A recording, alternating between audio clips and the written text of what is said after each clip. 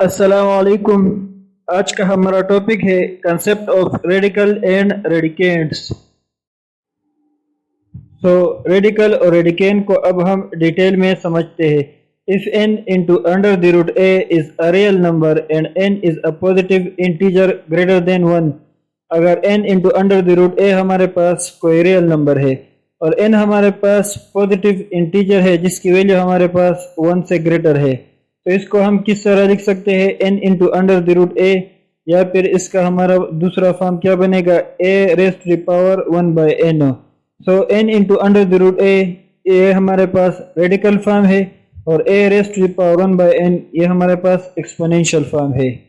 अब इसमें हमारे पास n into under the root a में n हमारे पास इंडेक्स को शो करता है, अंडर रूट साइन हमारे पास रेडिकल होता है और a इसको हम रेडिकेंट कहते हैं। ये हमारे पास फुल फॉर्म बनता है रेडिकल फॉर्म। अच्छा, अब इसमें हमारे पास एक दूसरा कंसेप्ट है, चलिए उसको भी समझते हैं। If a is a positive rational number, अगर इस रेडिकल फॉर्म में a हमारे पास कोई पॉजिटिव रेशनल नंबर आए, n is integer greater than 1, n की वैल्यू अगर हमारे पास कोई इंटीजर आए ग्रेटर देन 1 और आंसर हमारे पास कोई इरेशनल आए, तो फिर इसको हम क्या कहेंगे? फिर इसको हम सॉर्ट कहेंगे।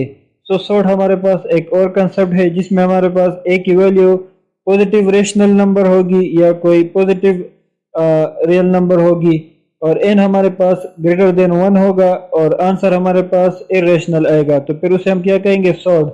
इसका एग्जांपल है हमारे पास 4 अंडर द रूट 7 और 3 अंडर द रूट 11, ये दोनों हमारे पास एग्जांपल है सॉर्ट के। यानी 7 हमारे पास क्या है? पॉजिटिव रेशनल नंबर है और 11 भी हमारे पास पॉजिटिव रेशनल नंबर है और 4 और 3 हमारे पास पॉजिटिव इंटीजर्स है और इनका रिजल्ट अगर आप लोग चेक करेंगे तो हमारे पास इरेशनल नंबर आएगा, तो ये हमारे पास क्या है? सॉर्ट। अच्छा, वो कौन से है जो सॉर्ट पे नहीं है? तो उसमें हमारे पास आ सकता है 2 अंडर द रूट 16 और 3 अंडर द रूट 8, क्योंकि इन दोनों का अगर आप लोग आंसर निकालेंगे तो उससे हमारे पास एक रियल नंबर आएगा, एक रेशनल नंबर आएगा, तो वो हमारे पास क्या है? वो हमारे पास सॉर्ट नहीं है। n into under the root a में इसको हम किस तरह पढ़ेंगे? ये हमारे पास होगा nth रूट ऑफ a।